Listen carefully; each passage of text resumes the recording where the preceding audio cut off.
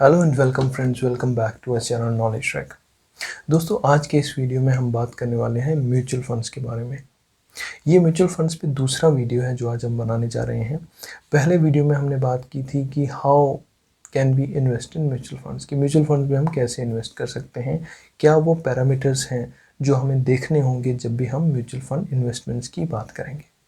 इसके अलावा हमने बात की थी कि म्यूचुअल फंड्स कितने तरह के होते हैं, म्यूचुअल फंड्स की बेसिक डेफिनेशन क्या है, कहाँ पे म्यूचुअल फंड्स इन्वेस्ट करते हैं, और कुछ और बहुत इम्पोर्टेंट बातों के बारे में हमने जिक्र किया था अपने पहले वीडियो के अंदर। आज का ये जो वीडियो है दोस्तों, ये होने वाला है म्यूचुअल फंड इन्वेस्टमेंट्स को कैसे करें उसके बारे में, कि हम म्यूचुअल फंड में कैसे इन्वेस्ट करें। क्या हम लमसम इन्वेस्टमेंट करें या फिर हम लोग SIP रूट फॉलो करें, क्या हमें करना चाहिए। तो चलिए दोस्तों, देखते हैं कि आज के वीडियो में कि हम लोग किस तरह से म्यूचुअल फंड में इन्वेस्ट कर सकते हैं। तो first of all let me take you to how we can invest in the mutual funds, कि म्यूचुअल फंड्स में हम कैसे इन्वेस्ट कर सकते हैं उसके बारे में पहले बात कर लेते हैं। तो दो तरीके हैं म्यूचुअल फंड्स में इन्वेस्ट करने के। सबसे पहला तरीका है लमसम इन्वेस्टमेंट, कि आप लमसम इन्वेस्ट कर सकते हैं म्यूचुअल फंड्स के अंदर। दूसरा तरीका है म्यूचुअल फंड्स में इन्वेस्ट करने का SIP, यानी कि systematic investment plan. Systematic investment plan हमें ऑप्शन देता है, फ्लेक्सिबिलिटी देता है कि हम लोग अपनी चॉइस के हिसाब से मंथली बेसिस के ऊपर म्यूचुअल फंड में इन्वेस्ट करें। इसमें हमारे पास एक अच्छा विकल्प ये हो जाता है कि हम लोग जितना चाहे अमाउंट चूज़ कर सकते हैं म्यूचुअल फंड इन्वेस्टमेंट के लिए। फॉर एग्जांपल, आप मिनिमम टू मिनिमम 500 रुपये से इसमें इन्वेस्टमेंट शुरू कर सकते हैं, which is a very good option. चलिए अब बारी बारी से देख लेते हैं दोनों को, कि अगर हम लमसम इन्वेस्टमेंट करते हैं तो हमें क्या रिटर्न्स मिलेंगे, और अगर SIP रूट से जाते हैं तो हमारे रिटर्न्स कैसे होंगे। अगर हम बात करते हैं लमसम इन्वेस्टमेंट की, फ़र्ज़ किया आपके पास कुछ अमाउंट आया है और आपने सोचा कि चलो मैं इसको इन्वेस्ट कर देता हूँ म्यूचुअल फंड के अंदर एक साथ। तो उस केस में आपको क्या रिटर्न्स मिलेंगे अगर आप एक पर्टिकुलर टाइम पीरियड के लिए म्यूचुअल फंड के साथ बने रहते हैं, अपनी इन्वेस्टमेंट्स को म्यूचुअल फंड के अंदर इन्वेस्टेड रखते हैं। तो चलिए देखते हैं 1 लाख रुपए की इन्वेस्टमेंट को अगले 7 साल तक अगर हम म्यूचुअल फंड में रखें तो किस तरह के रिटर्न्स हम लोग जनरेट कर सकते हैं। तो चलिए इसकी बात कर लेते हैं। 3 तरह के म्यूचुअल फंड्स, हमने पिछले वीडियो में भी इस बात का जिक्र किया कि 3 तरह के म्यूचुअल फंड्स होते हैं: equity mutual funds, debt mutual funds and hybrid mutual funds. अगर हम इन तीनों को कंसीडर करें, इनमें सबसे ज़्यादा जो अग्रेसिव है that is equity mutual funds. Equity mutual funds लगभग 12% के आसपास का रिटर्न्स हमें दे सकता है। 1 लाख रुपए की इन्वेस्टमेंट 7 साल के लिए अगर इन्वेस्ट की जाती है 12% के ऊपर, तो जो रिटर्न्स हमें मिलेगा that is going to be absolutely double, more than double. 2,21,000 रुपये के आसपास का हमें मैच्योरिटी अमाउंट मिलेगा। दूसरी जो इन्वेस्टमेंट है वो है डेट फंड। अगर हम डेट फंड को चूज़ करते हैं, उसमें जो रिटर्न्स हैं वो उतने ज़्यादा नहीं मिलेंगे। 8.5% का भी अगर हम कंजर्वेटिव रिटर्न लेके चलते हैं, तो डेट फंड्स हमें जो मैच्योरिटी अमाउंट देंगे 7 साल के बाद, वो लगभग 1,77,000 रुपये के आसपास होगा। और यही इन्वेस्टमेंट अगर हम लोग हाइब्रिड फंड्स के अंदर करें, हाइब्रिड का मतलब हो गया कि जिसमें दोनों तरह की इन्वेस्टमेंट का एक अच्छा मिक्स हमें मिलेगा, यानी कि इक्विटी और डेट का एक मिक्सचर हमें उसमें मिलेगा। हमारी इन्वेस्टमेंट जो है ये बन जाएगी 7 साल के अंदर 10% भी अगर इसके ऊपर हम लोग एक्सपेक्ट करें मैच्योरिटी, रेट ऑफ रिटर्न, तो हमें जो मैच्योरिटी अमाउंट मिलेगा वो मिलेगा 1,94,000 रुपये के आसपास।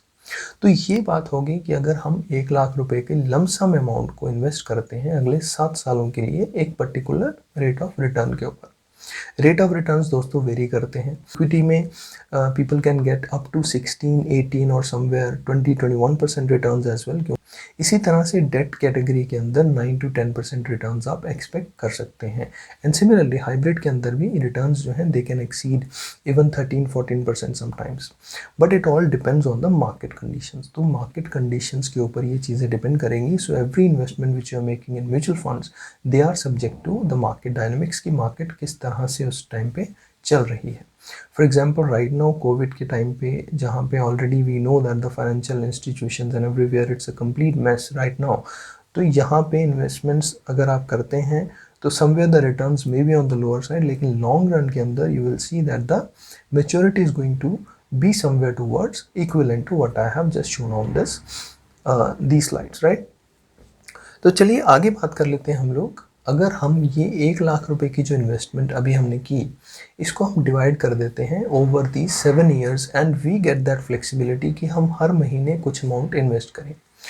मंथली इन्वेस्टमेंट दोस्तों इस केस में बन जाती है हमारे पास 1200 रुपये की। अगर हम 1200 रुपया मंथली इन्वेस्ट करें तो किस तरह के रिटर्न्स हम एक्सपेक्ट कर सकते हैं, तो चलिए उस बारे में बात कर लेते हैं। सबसे पहले ले लेते हैं इक्विटी फंड्स को। इक्विटी में हम फिर से वही सेम एक्सपेक्ट करते हैं रेट ऑफ रिटर्न, तो हमें जो एक्सपेक्टेड मैच्योरिटी अमाउंट हमारा रहेगा that is going to be somewhere 1,58,375। वहीं पे अगर ये इन्वेस्टमेंट हम लोग डेट में करेंगे, the maturity amount at 8.5% is going to be somewhere around 1,38,000। और हाइब्रिड में ये इन्वेस्टमेंट कन्वर्ट हो जाएगी हमारी 1,46,000 के आसपास। तो यहाँ हम साफ तरीके से देख सकते हैं कि अगर SIP रूट से चलते हैं तो इन्वेस्टमेंट जो मैच्योरिटी हमें दे रही है, जो रेट ऑफ रिटर्न्स हम एक्सपेक्ट कर रहे थे, उतना रेट ऑफ रिटर्न होने के बावजूद भी हमारे जो मैच्योरिटी है वो ज़्यादा नहीं है। द रीज़न इज़ क्योंकि हमें यहाँ पे फ्लेक्सिबिलिटी मिली, हम लोगों को एक साथ इन्वेस्टमेंट नहीं करना पड़ा। We did not invest 1 lakh rupee at one point in time, हमने 1200 रुपी पर मंथ करके इन्वेस्टमेंट किया है and the exposure in the market was also very limited.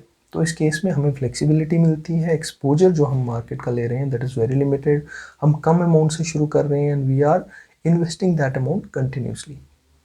तो this kind of flexibility you will get in SIP route. इसमें कुछ भी मैं ये नहीं कहूँगा कि लमसम बेटर है या फिर SIP बेटर है, that all depends on what you choose.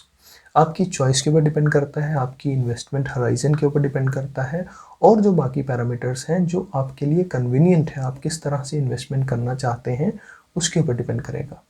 So no investment is a bad investment and no route chosen is a bad route. It all depends on your conditions, it all depends on the market dynamics, it all depends on the commitment which you are giving in the market or in any other source where you are trying to invest your money, right? So I would advise if you don't want to take a big exposure at one point in time तो आप SIP route choose करें, क्योंकि systematic plans के अंदर आप monthly investments कर सकते हैं और मंथली इन्वेस्टमेंट्स को आप बढ़ा भी सकते हैं as and when you think that you can increase that amount. Lump sum में भी आप जा सकते हैं। If you want to just invest once in a year और वंस इन 6 मंथ्स, आप लमसम इन्वेस्टमेंट रूट चूज कीजिए and you keep that amount invested for a particular tenure, क्योंकि टेन्योर के बिना आपको रिटर्न्स नहीं मिलेंगे। If you have planned for a long investment, long term investment, तो आप लॉन्ग टर्म के लिए मार्केट में इन्वेस्टेड रहिए। तो दोस्तों इस वीडियो में इतना ही। I hope you do like this video. If you liked it, do subscribe to our channel if you are coming here for the very first time, and also do share it with your friends and your family members so that we have more people be a part of this investment journey. Till the next video, do take care for yourself and your family members. Thanks for watching.